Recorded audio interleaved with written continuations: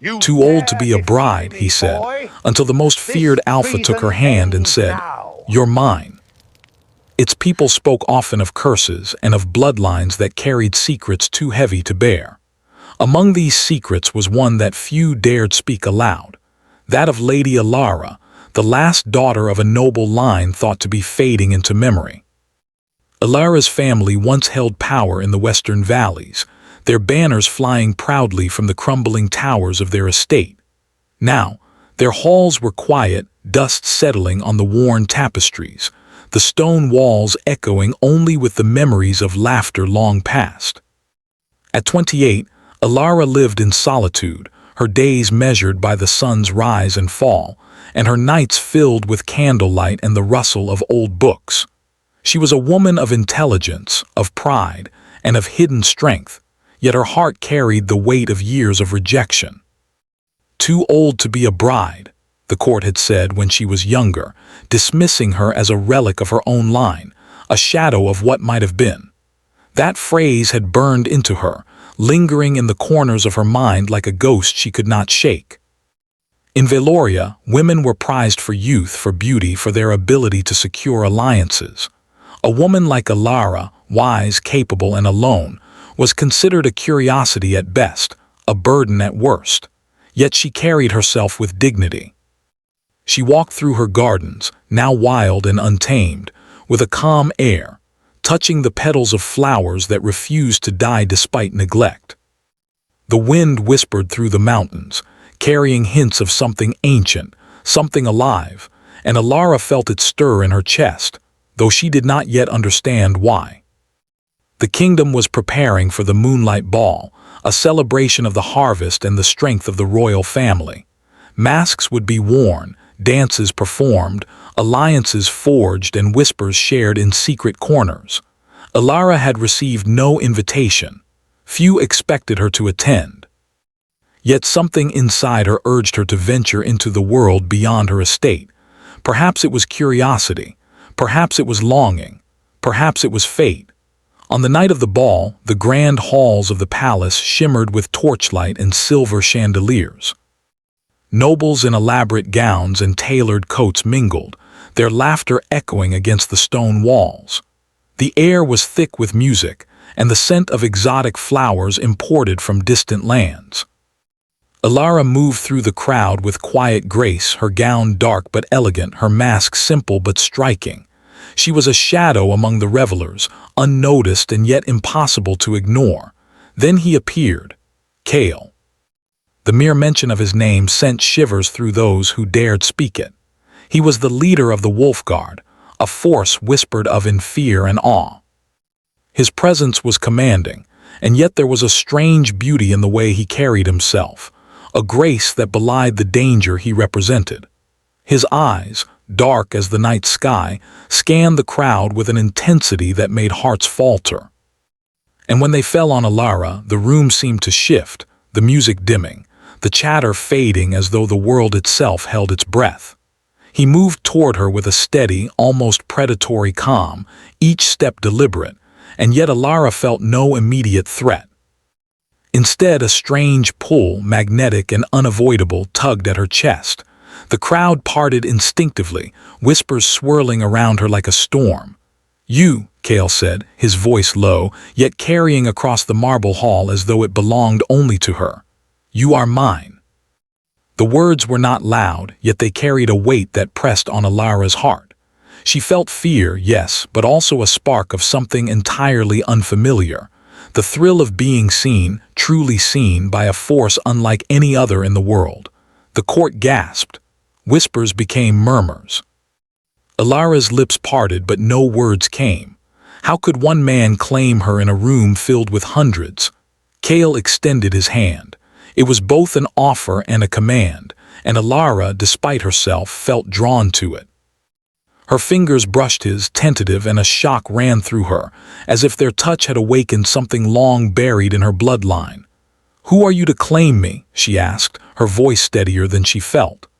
"I am Kale," he replied, his eyes locking with hers. "The one who sees the truth and the one who will protect it. You belong to no one else, not the king, not your past, Only me. The hall erupted in gasps, nobles murmuring in shock and curiosity. To be claimed by Kale was to enter a world few survived unscathed. To refuse him was unthinkable. Alara felt the weight of both fear and desire pressing against her ribs, each heartbeat loud in her chest. The ball continued around them, yet they were alone in a bubble of silent intensity. Kale led her to a balcony overlooking the moonlit gardens. The night was quiet, save for the rustling of leaves and the distant call of a nightbird. "You do not know me," Alara whispered, "and yet you claim me as if I am yours to command."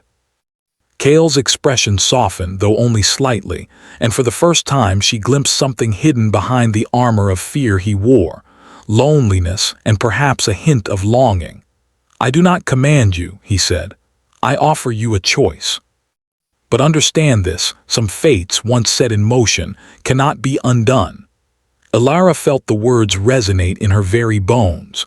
The sense of destiny of something larger than herself wrapped around her heart. She wanted to resist, to retreat to her safe, quiet life, yet the pull toward Kale was undeniable. He represented both danger and salvation, fear and freedom. The first moonbeam of night glinted off the silver sigil he wore around his neck, a mark of the wolf guard and of ancient power. Kale reached forward, brushing a lock of hair from her face. The touch was electric, and Alara felt her breath catch. "You will need to trust me," he said softly. "Not because I demand it, but because I cannot survive this world without you at my side. And perhaps neither can you." Before she could answer, Kale pressed a small, intricately carved amulet into her hand. It was warm, almost alive, pulsing with a faint light. "Keep this close. It will protect you and bind you to me." Alara stared at it, the weight of the decision settling on her like a stone. Her pulse raced, torn between fear of the unknown and the strange, undeniable attraction that had rooted her in place. She understood even then that her life had changed forever. When the music faded and the final dancers left the floor, Kale turned and disappeared into the shadows, leaving Alara alone on the balcony. The amulet glowed faintly in her palm, a reminder of the night that had shifted the axis of her existence. She had been a forgotten princess, a woman dismissed by time and fear. Now she was bound to the most feared man in the kingdom, a man whose touch had awakened something long dormant in her soul. The wind whispered through the gardens, carrying a single, haunting promise, that her fate was no longer hers to command. Somewhere in the night, the shadows moved as if alive, and Alara felt the weight of a destiny she had never imagined. She clutched the amulet to her chest, feeling the pulse of magic, the beat of her own heart, and the undeniable presence of Kale, lingering even in his absence. As she returned to the quiet halls of her family estate, her thoughts swirled. Who was this man? What power did he wield beyond the whispers of the court? And what did it mean truly to belong to someone who was both protector and predator, shadow and light? She did not know yet. But the night had marked her, and the path ahead would demand courage unlike anything she had known. The kingdom of Veloria was full of secrets, and some were older, darker, and more dangerous than she could imagine. Yet for the first time in her life, Alara felt alive, as if the years of waiting and hiding had led her to this singular, impossible moment. And in the distance, beyond the hills and the mist, Kale watched, unseen but ever present. His gaze was unyielding, his thoughts a storm of fire and shadow.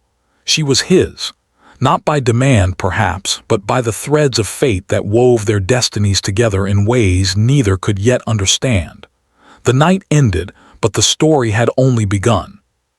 And as Alara lay in her bed, staring at the ceiling, clutching the amulet that throbbed like a heartbeat, she knew one thing with certainty: nothing would ever be the same again. And somewhere deep in the shadows of Veloria, Kale whispered into the night, "You are mine." The morning after the moonlight ball, Alara awoke with the amulet still pressed to her palm. Its warmth pulsed like a heartbeat, reminding her of Kale, the shadowed alpha who had claimed her as his own. Despite her fears, she felt a strange pull toward him, a mixture of curiosity, longing, and a fear she could not name. She knew she could not remain hidden forever. The kingdom whispered, the winds carried news, and the court would not forget the events of the ball. Kale's presence was not a fleeting shadow. It was a force that would touch every corner of her life, whether she wished it or not. Before she could dwell on her thoughts, a message arrived. It was delivered by a cloaked rider, silent as the mist that shrouded the mountains, and marked with the same sigil Kale had pressed into her hand. "Come to the Obsidian Keep. Your presence is required." Alara's heart raced. The Obsidian Keep was a fortress feared across Veloria, a place of legends and whispers. It was said that only the bravest, or the most desperate, ventured there, and few returned unchanged. The thought of traveling to such a place filled her with terror, yet a part of her, perhaps the part that had always longed for more than quiet walls, urged her forward. She prepared herself quickly, choosing a gown both practical and elegant, her hair braided simply to keep it from catching on doors or armor. She took a deep breath, feeling the weight of destiny pressing on her shoulders, and mounted her horse. The path to the Obsidian Keep wound through mountains and forests, shadowed by cliffs and veiled in mist. Every step felt like crossing into another world, one far older and darker than the courtyards and palaces she had known. The journey was long, and the air grew colder as the mountains rose. Wolves howled in the distance, their cries carrying over the valleys, and the trees seemed to lean closer, their twisted branches like fingers reaching for her. But she pressed on, clutching the amulet that seemed to glow brighter with every mile, as if guiding her. By the time she arrived at the gates of the Obsidian Keep, the sun was setting, painting the sky in shades of blood and gold. The fortress loomed like a dark sentinel, jagged towers cutting into the horizon. Its walls were black stone, polished smooth by centuries of storms and magic. Torches blazed along the ramparts, flickering against the growing darkness. Kale was waiting. He stood at the gate, cloak flowing, eyes like molten shadows scanning the distance. He did not speak immediately, merely observing her approach.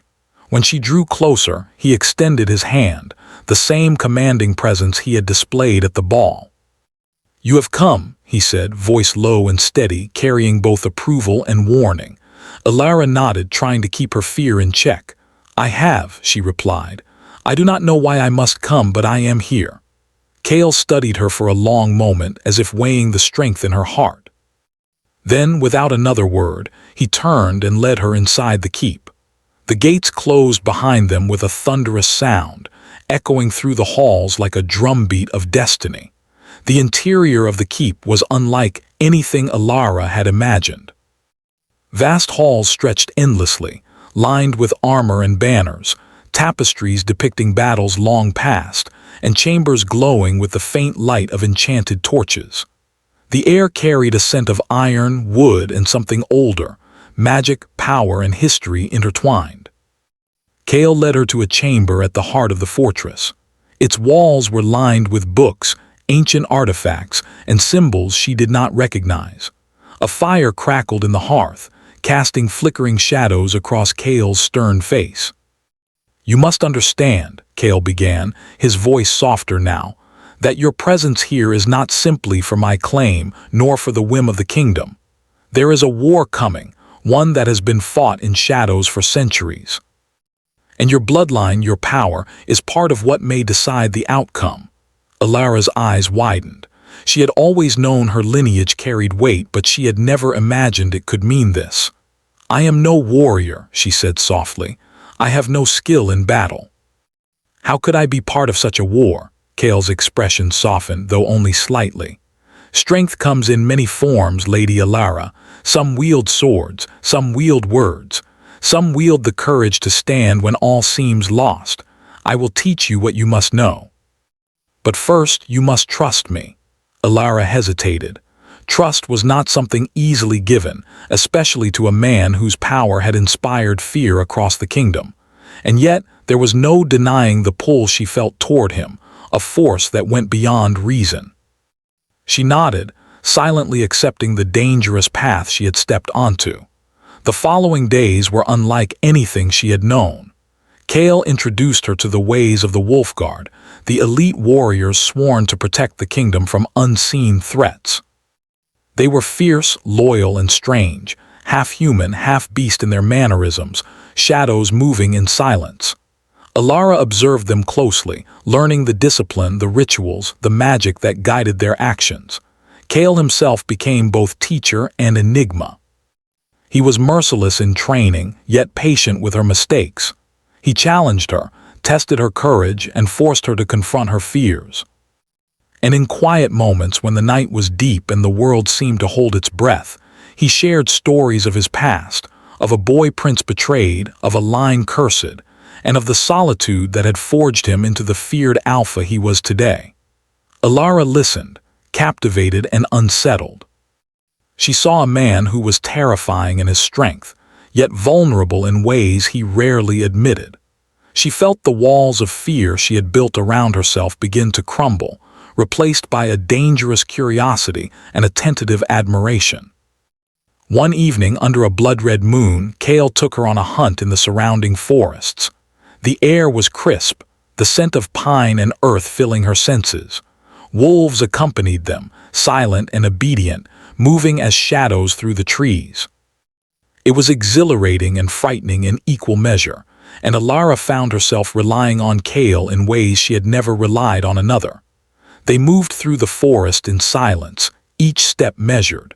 Then, without warning, a rival clan emerged from the shadows. They were armed, ruthless, and intent on capturing Alara for reasons she did not yet understand. The clash was sudden, violent, yet strangely controlled. Kale fought with a precision and power that made her heart pound in awe and fear.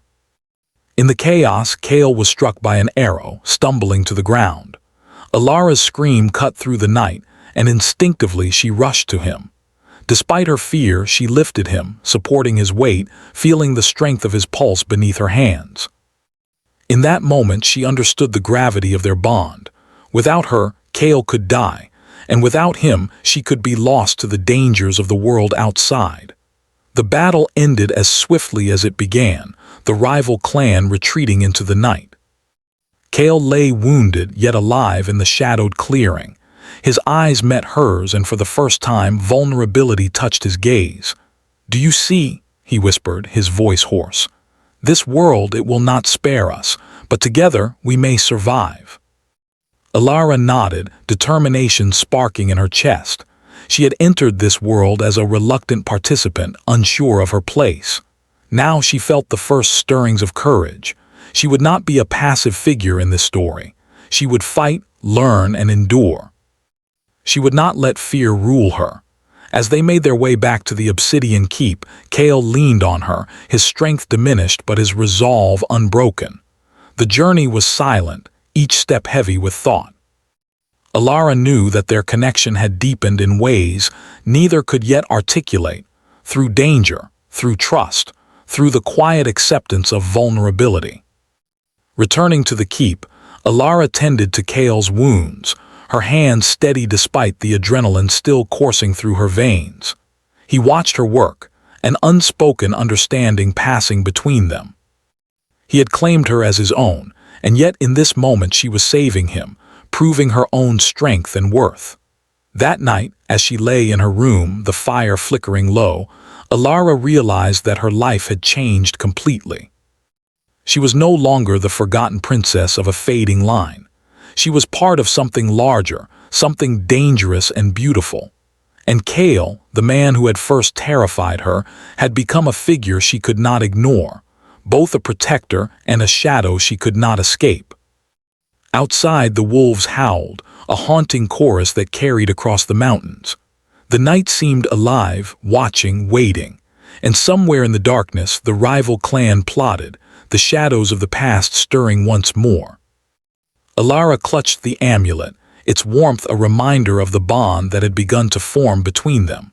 She had stepped into a world of power, danger, and destiny, and there was no turning back. The next day would bring new trials, new revelations, and new tests of courage. And in the depths of the obsidian keep, Kale whispered into the night, "I will not let anyone take her from me." The chains of power had been set, and neither of them would escape unscathed. The walls still stood tall and dark, the torches still burned with steady flame, and the wolf guard still moved through the halls like silent shadows. Yet something unseen had shifted, like the pause between two heartbeats before a storm. Kale had survived his wound, but he did not rise from his bed quickly. The arrow had carried more than steel. It had carried old magic, the kind meant to weaken an alpha's strength from within. The healers worked in silence, using herbs, chants, and symbols carved into stone. Still, recovery came slowly. Alara remained by his side. At first, she told herself it was duty. She was bound to him by fate, by the amulet, by the strange pull that had drawn her here. But as the days passed, duty gave way to something deeper. She learned the rhythm of his breathing, the way his brow tightened when pain flared, the quiet strength it took for him to remain still when his instincts demanded movement. Kale, the most feared alpha in Veloria, was vulnerable, and only she was allowed to see it. In the quiet hours before dawn, when the keep slept, and the world beyond the mountains was still, Alara would sit beside him and read from the old books lining the chamber walls. Some spoke of forgotten kings, others of curses woven by ancient hands. Many mentioned bloodlines tied to moon and shadow. One name appeared again and again, hers. "Alara of the West," she whispered one morning, her voice barely louder than the crackle of the fire. "Bearer of the binding light." Kale stirred, his eyes opening slowly. They were duller than before, clouded by exhaustion, but when they met hers, something steady returned. "You were not meant to live hidden," he said quietly. "Your family protected the realm once. The world forgot that, but the magic did not." Alara closed the book, her heart heavy. "Then why was I cast aside? Why was I told I had no place?" Kale was silent for a long moment. Then he spoke words he had never spoken aloud. "Because the world fears what it cannot control." The truth settled between them like falling ash. As Kale healed, Alara changed. She no longer wandered the keep as a guest unsure of her place. She walked with purpose now, asking questions, listening, learning. The wolf guard watched her carefully at first, but soon their gazes shifted from doubt to respect. She learned their symbols, their laws, and the balance they kept between beast and man. She learned restraint. She learned courage. And most of all, she learned that strength did not always roar. Sometimes it endured. One evening, as the moon rose pale and full, Alara stood in the inner courtyard tracing a symbol carved into the stone floor. The amulet around her neck glowed faintly, responding to the mark. "You feel it now," Kale said, standing behind her. He was still weak, but he stood tall, leaning only slightly on the staff carved with alpha runes. "The magic listens to you," Alara nodded. "It feels like a voice I always knew but never heard." Kale watched her with an intensity that was no longer only command. There was awe there and something close to fear. "You are changing the balance," he said. "With you here, the curse stirs." She turned to face him. "Then tell me the truth." Kale's jaw tightened. "The curse was placed on my line to ensure obedience," he said. "To turn alphas into weapons, rage without rest, power without peace. I embraced it because I believed it was all I was meant to be." Alara stepped closer. "And now," Kale's voice was rough, "now the curse resists you. Because you remind me of who I was before the blood and the darkness." Silence filled the courtyard, heavy and fragile. That night the dreams returned. Alara stood in a vast field of ash, the sky split by silver light. Kale stood across from her, but he was bound in chains of shadow, his eyes glowing with pain. Voices whispered around them, calling him monster, calling her mistake. Then a crown of thorns appeared in her hands. She woke with a gasp. The amulet burned against her skin. Before dawn, the alarm sounded. Horns echoed through the keep as riders arrived with grim news. The rival clans were moving openly now, no longer hiding in shadow. Worse still, the king of Valoria had spoken. Ilara was declared unclaimed, declared unfit, declared property of the crown. The order was clear. She was to be taken back to the capital whether she agreed or not. The Wolf Guard gathered in the war hall, their faces grim. Kale stood at the head of the stone table, his hands clenched. "They will not take her," he said. "They will come in force," one guard replied, "and the curse still weakens you." Ilara stepped forward before Kale could respond. "Then let them come," she said calmly. Every eye turned to her. "I will not hide again," she continued.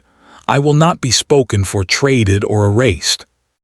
If the world fears what I am, then it will learn why." Kale stared at her, something breaking and rebuilding in his chest at once. "You would stand against a king?" he asked. Ilara met his gaze without flinching. "I would stand for myself." Preparation followed swiftly. Barriers were raised. Symbols were drawn. The keep hummed with ancient power awakening.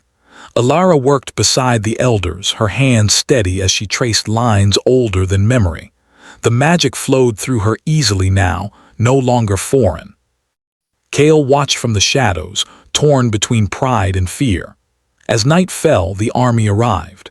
Torches lit the valley below like a sea of fire. Banners bearing the royal crest snapped in the wind. The sound of marching feet echoed against the mountains. Kale descended the steps of the keep, armor dark and marked with old scars. Ilara walked beside him, her presence calm, her eyes clear. The royal commander stepped forward. "Release the woman," he commanded. "She belongs to the crown." Kale's voice rang out like thunder. "She belongs to no one," the commander sneered. "She is too old to matter, too weak to rule, too late to choose." Ilara lifted her hand. The ground trembled. Light burst from the symbols beneath her feet, rising like wings of fire and silver. The air bent, the torches flickered, and silence fell over the valley. "I am not too old," Ilara said, her voice carrying across the field. "I am not weak, and I am done being silent." The soldiers faltered, but the curse did not. Kale cried out as shadow wrapped around him, dragging him to his knees. The magic fought back, tearing at his control. Ilara turned just in time to see it take hold. "No," she whispered, rushing to him. The shadows rose higher, darker, feeding on fear and rage. Kale's eyes burned as he struggled, every instinct screaming to break free by force. Ilara placed her hands on his face. "Look at me," she said firmly. "You are not the curse." The amulet shattered. Light poured into Kale, clashing with shadow in a violent storm. The ground cracked, the sky roared, and the soldiers fled in terror. Then silence. Kale collapsed into Ilara's arms. The curse was not broken, but it was changed. As dawn broke, Ilara held him, trembling but unafraid. The world would never be the same, and neither would they. Far away, the king watched the rising light with fear in his eyes, because the forgotten woman had risen, and the most feared Alpha was no longer alone.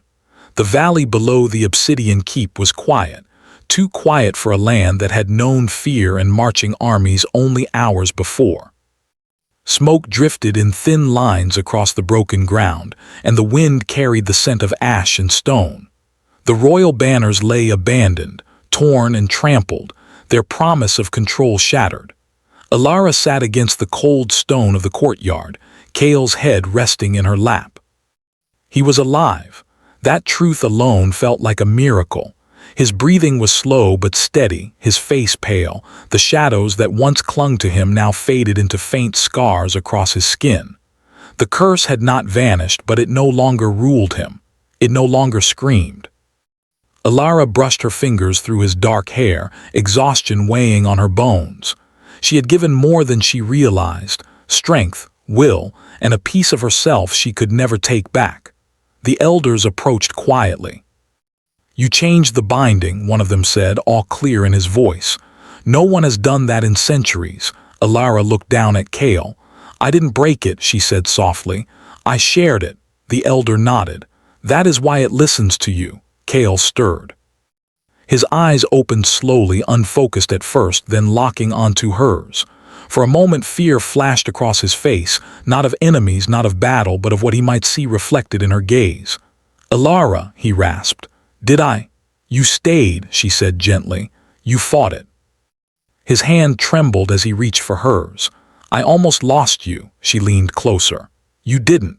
For the first time since she had known him, Cale closed his eyes, not in pain, but in relief. The days that followed were filled with change. News spread across Veloria like wildfire. The king's army had retreated. The obsidian keep still stood, and the woman once dismissed as unfit and forgotten had faced the crown and remained standing. Some called Alara a threat, others called her hope. The king did not come himself. Instead, he sent envoys, careful words wrapped in false respect. He offered pardon, he offered silence, he offered control. Cale listened without speaking. Alara did. "I will not return to shadows," she said calmly, "and I will not kneel to fear." The envoys left with pale faces and no victory to claim. Within the keep, Cale recovered slowly. His strength returned, but something in him had changed forever. The rage that once burned without end now rested, quiet and watchful. He still carried power, but it no longer owned him. One night beneath a sky filled with stars, Cale stood at the highest tower and watched the world beyond the mountains. Alara joined him, her presence warm and steady. "I spent my life believing I was made only to destroy," Cale said. "That love was a weakness I could not afford." Alara stood beside him. "And now," he turned to her fully, "now I know I was wrong." He lowered himself to one knee. The wolf guard gathered below fell silent. "I claimed you once through fear and fate," Cale said, his voice steady but filled with emotion. "Not as an owner, but as a man who did not know how else to protect what mattered." Alara's breath caught. "I will not claim you again unless you choose it," he continued. "Not as mine, but as my equal, as my strength when mine fails, as my light when shadows rise." He held out his hand, not in command but in offering. Alara looked at him, at the man who had once been a living storm, now kneeling not in weakness but in trust. She thought of the girl hidden away, told she had no future. She thought of the night she was seen for the first time. She placed her hand in his. "I choose," she said simply. The bond settled between them, not with fire or thunder, but with calm certainty. The magic that lingered in the stones responded, not exploding but aligning. Balance returned to the land in a way no one had felt before. Weeks later the world gathered. Not for a wedding, not for a crown, but for acknowledgement. Alara stood beside Cale before the assembled clans, nobles, and guards. She wore no heavy jewels, no borrowed symbols, only the mark of her bloodline glowing softly at her throat. "I was told I was too old to matter," she said, her voice clear. "Too late to be chosen. Too quiet to be feared," she lifted her chin, "but I was never too weak to stand." The silence that followed was not empty, it was listening. The elders bowed, the wolf guard followed. Even those who feared her could not deny the truth. Cale spoke last. "This land will no longer be ruled by fear or silence, not by curse, not by crown alone," he looked at Alara, "but by balance." The title came not from decree but from the people, Queen of Shadow and Light. Alara did not smile, she simply accepted. That night, as the fires burned low and the keep rested, Alara and Cale stood together on the balcony where the wind carried old songs across the mountains. "The world will test us again," Cale said quietly. Alara nodded. "Let it." He took her hand, not to claim, but to walk beside. Below them, the land breathed easier for the first time in generations. The curse was not gone, neither was the darkness, but neither ruled alone anymore. And the woman once told she was too old to be chosen stood at the heart of the storm, not owned, not hidden, but seen. And the most feared Alpha stood with her, not as a monster, but as a man who had learned how to love without chains. The story did not end. But it finally began on their terms.